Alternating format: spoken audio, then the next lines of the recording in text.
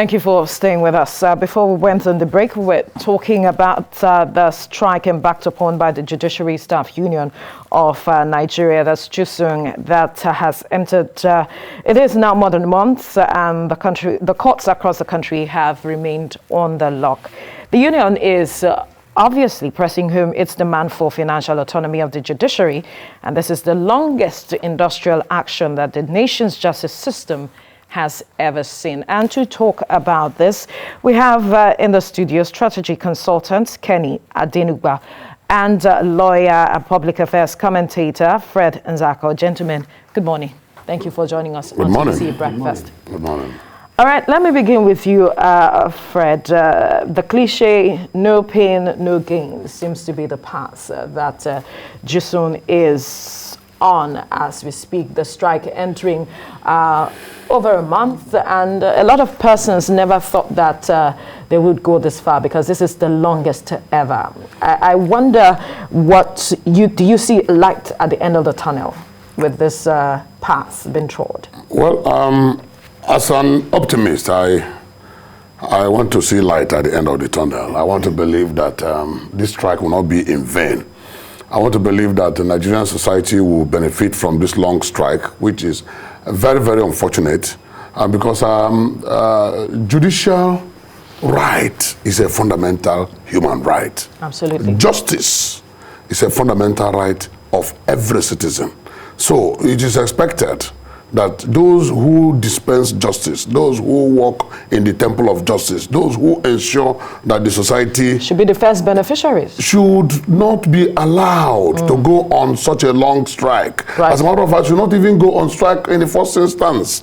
And then even if there is a strike because of some form of misunderstanding or unfortunate situation of labor matter within the circle, it is expected that such issues should be taken care of immediately, almost immediately, so that the justice system should continue to run seamlessly. And like I said, justice is a fundamental right of human beings. It's a right of nature, right, that adheres from nature. So for this strike to have lasted for more than a month is a gross disappointment. Is a gross expression of failure on the part of governance at various levels. Now, the unfortunate thing now is that it is nationwide. Nationwide in the sense that it has not only affected federal judiciary, it has affected state judiciary. Meanwhile, the problem emanated from the states. And out of the 36 states, how many states have offered financial autonomy, have allowed financial autonomy to the judiciary? How many states? Now, the strike started with judiciary and legislative arm workers union coming together. Yes. As we speak, because of the sensitive nature of justice system, it is the JUSUN strike that is hitting the country very, very hard. Because not only those who, we talk about access to justice, access to the courts, it's not only the litigants. The schoolboy that was asked to go and do an ordinary affidavit has been caught up in this strike. An ordinary affidavit. The schoolboy that has to do that. The worker that has to do an affidavit of any nature has been caught up in this strike. So, and it is only left for them to approach the notary public for them to be able to do this. But in some instances, it is specified that the court must be involved in such matters and such transactions. So it is not only affecting those who are litigants, it is also affecting those who are waiting trial. Yes. The police are having serious challenges as we speak, handling the people that are accused of crime. Naturally, don't forget that they are not supposed to hold any accused more than 24 more hours. than 48 hours at the most. Yeah. At the most. Today, there's more than 1 month. What do you expect the police to do? Their cells have been filled up, and what happens is that they will now be forced to begin to grant bails to people that ordinarily should have been offloaded into the court for them to go and answer for their misdemeanor or whatever that the accusation is. So the thing has affected everything. And don't forget that even in business sector, there are people who require the services of the judiciary system. who will provide the services of the court. Because now that it's affected, even if the multi-door courthouse where alternative disputes are resolved, all right, where alternative dispute resolution is employed, and the rest of them, conciliation, mediation, and the rest, those are already affected because they are all part of the judicial system. Right. So the thing is a whole gamut that has affected everything in the country. And why should this be? That is the critical question. And what are the governors doing? What is the problem and what is the solution? Right. That's a question we might have to throw to strategy consultant Kenny Adenuga. We'd like to get your view. He asked some questions. Why should this be? What are the governors doing? Thank you very much. You see, it's a pure failure of governance. That's the reality. If it's executive, I mean, I wonder if executive workers will down tool the same way and say, you know what, we're locking down Aso Rock, we're locking down the government houses, and nobody's going to work. If this would have been this long. Don't forget that this matter started in 2020, before the pandemic. Absolutely. And so at the end of the day, we look at it today, and it's just a problem of the government the governors rather wanting to eat their cakes and have it. They're doing it for legislature, they're doing it for judiciary. And so in one word, there's no separation of power. Because the judiciary that you are actually holding to ransom, you then as a governor, then are able to control a number of things with the justices. But if whatever comes from the, whatever comes from for the allocation goes straight to the National Judicial Council, and they're able to disperse to the heads of each court, then there wouldn't be issue. But the separation of power is a major challenge we're having here. And that's because the governors have a major stake. The same thing they do for the legislature. Unfortunately, in the legislative arm, a lot of the people in the legislative houses are not so willing to support person.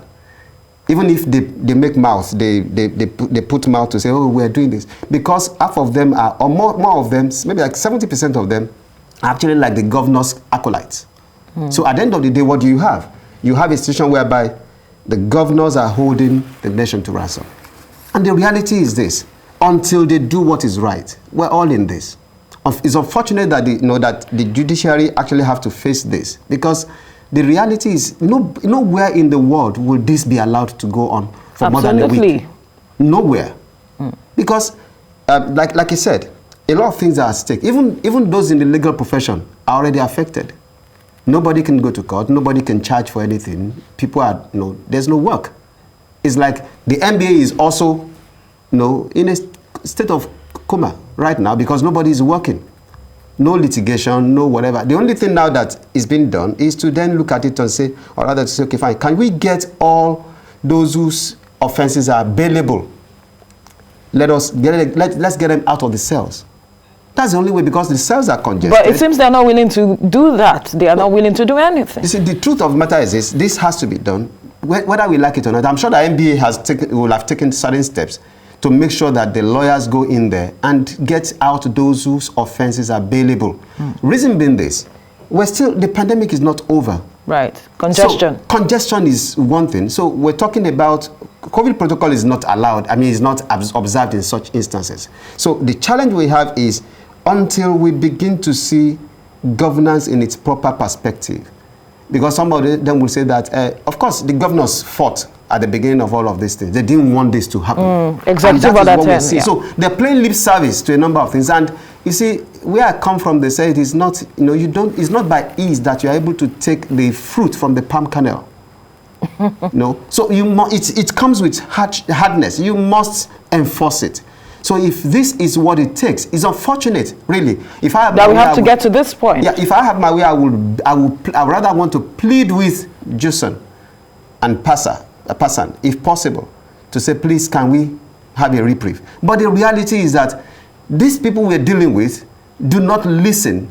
We've seen all manner of strikes going on before now. With ASU, what happened with ASU? Because their children are not directly affected. See what happened with ASU. How long did it take before it's resolved? And even with that, they play lip service. Don't be surprised if today they say, okay, fine, there's going to be a meeting tomorrow. Right. But if after tomorrow, they say, okay, fine, it's okay, we've resolved, okay, we'll start implementing. They said they had said that they'll begin implementation this May. Yeah. But what has happened so far, this is already the 10th or thereabout. What have they done so far? You see, some of these things, it is insincerity of people in government that actually causes all these things. Because at the end of the day, if they've been sincere over the time with other situations, people will take their words for it. But there's no sincerity. Don't be surprised if after all of this, I hope not, that in 4-6 months' time, JUSUN comes out again and says, whatever was agreed, these people renege on it. Because at some point, even the Minister for Labour, that's Chris Ngige, said that there was an agreement reached and that the governors tinkered or tampered with some of the agreements. This issue of insincerity that he has pointed out, I mean, how do we tackle with this? Because that is also the issue ASU also brought forward, talking about the fact that we see government reneging on its agreements. We also see even the doctors who also went on strike also talking about the same issue. I think the major problem we have in this country is sometimes I don't know how to describe our type of democracy that we practice in Nigeria. That is why people describe it in so many ways. That pseudo-democracy, democracy turned upside down, awkward democracy, and the rest of them. Because I like what Kenny said, that the governors are holding the country to ransom. Because these things are clear in the Constitution.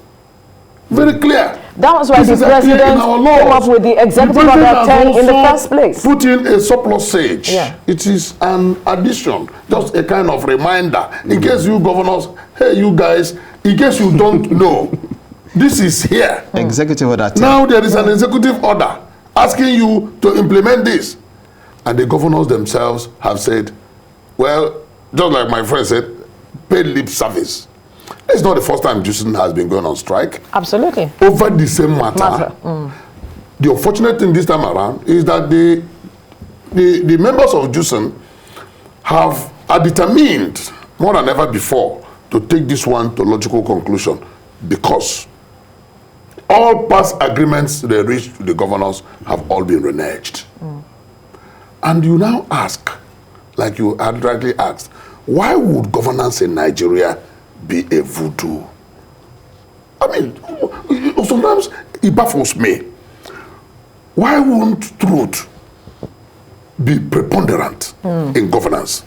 Where is truth that lies and falsehood have taken the space, to the extent that there is very little confidence of the people in the statements made by their leaders? Psychologists and experts in governance and strategists like Kenny should begin to look deep into this. Because when we say government, especially in democracy, right, aptly described as government of the people, for the people, and by the people. The people is centric. And at the end of the day, what happens between the people and those that they elected to lead and represent them? There is lack of confidence. There is a large chunk of mistrust, essentially because those that were elected, even when they were campaigning, the things they tell the people that they will do, once they get to office, they will renege. They won't do them. And the ones, the policies and programs they have carved out by themselves, they will not implement. How do you now expect the people? They say once bitten, twice shy. Yeah. When you tell me lies today and tell me lies tomorrow, the third day, how do you expect me to believe that what you told me on the third day will be true? Benefit of the doubt? Well, benefit of the doubt, you are giving them and they have failed. They have abused the benefit. So the doubt has taken over. That is the challenge we have. So when we talk about democracy, when we talk about governance, I think one of the essential things that we have to do as a nation is that rapport between the leaders and the led. How good is it? Because when that rapport is very good and well established, there will be trust. When there is no trust, the followership will not follow. They will not cooperate with the leaders. And leaders themselves will not have the conscience to lead appropriately. That is the major problem we have in Nigeria. And this trust deficit has affected everything. Our economy, our security, our education, our healthcare, everything in Nigeria. And that is why when they say the country has failed completely and woefully, it is because of this trust deficit between the leaders and the led. Okay. And what is the cause? We have to look at critically into this matter and begin to find solution, because the whole world is leaving us behind. You're asking for what's the cause. The cause is clear. It's a matter, it's a simple matter of the people themselves. If we will hold our leaders to account and we will refuse to be bought for a price. So we contributed. We contribute because we empower them. And so at the end of the day, they see us as bought people that are already bought with a price. So they do not owe us that responsibility. Is that what it is? They believe they do not owe you because you don't even have the power to come back and say anything. At the end of the day, they give people money. Those who are supposed to vote are not voting. 15% only vote. If 60-70% will vote and say, this is the man we're voting for, let us see, and they stand by their vote, let us see what's going to happen. But our people are so pliable. And that's part of the problem. So we are part of the problem. So it's not far-fetched for us to start looking at where the problem is. If we will hold our leaders to account, we will stand by, like what is going on now. Some people actually are even fighting JUSUN. Yes. Now the government will, along the line, go and pay some people to start fighting. They will look for how to break the ranks and what have you. You saw what happened with JUSUN. Well, those are just allegations. They are unfounded. We do not know about that. Or do we have proof? Well, because we are on TV, yes. it's okay. But the fact remains that these are things that we've seen things happen. So, you see, the challenge we have is if people will refuse to be bought and taken to work against the interests of the public, those in governance, when they know that there are comeuppance, there is a comeuppance rather, they will do what is right. If you know that at the end of the day, you do it wrong, the midterm election you're losing, the general election you are losing, they will sit tight. That's the reality. We do hope that after tomorrow's meeting, like you pointed out, that there will be a logical conclusion and the strike called off to address the challenges that we have seen over the past 1 month. Gentlemen, strategy consultant Kenny Adenuban, lawyer and public affairs and commentator, Fred Nzako, thank you for your time on the program. Thank you.